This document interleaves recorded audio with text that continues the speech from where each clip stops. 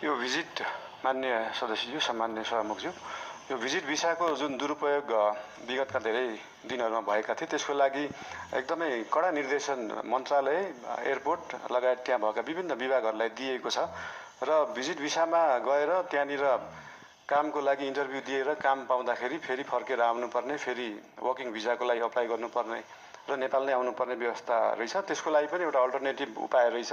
Visit भिसामा गएर उहाँहरूले त्यहाँनिर काम गर्न खोज्नु भएको छ भने त्यसलाई वर्किङ भिजामा उतै बसेर पनि कन्भर्ट गर्न सकिन्छ। यसको लागि श्रम मन्त्रालयले विभिन्न क्षेत्रहरूलाई समेटेर यसको व्यवस्थापनको लागि काम गरिरहेको छ। यस विषयमा थप केही जानकारी चाहिएमा श्रम मन्त्रीज्यूसँग पनि लिन सकिन्छ, श्रम मन्त्रालयसँग पनि लिन सकिन्छ नै।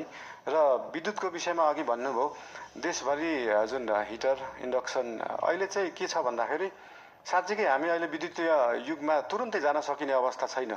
साँच्चीकै देशका हरेक किचनमा अहिले नै बिजुलीबाट पकाउने इन्डक्सन कुकरबाट पकाउने हो भने देशमा भएका सबै ट्रान्सफर्मर र सबस्टेसन पड्किन्छन्।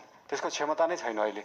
त्यो क्षमतालाई विकास गर्नलाई पैसा चाहिन्छ र त्यही पैसाको लागि 50 युनिटभन्दा माथि चाहिँ 5% भ्याट लाउने कुरा जुन अर्थमन्त्रीज्यूले अस्ति कुरा गर्नुभएको छ त्यो एकदमै धेरै रकम होइन।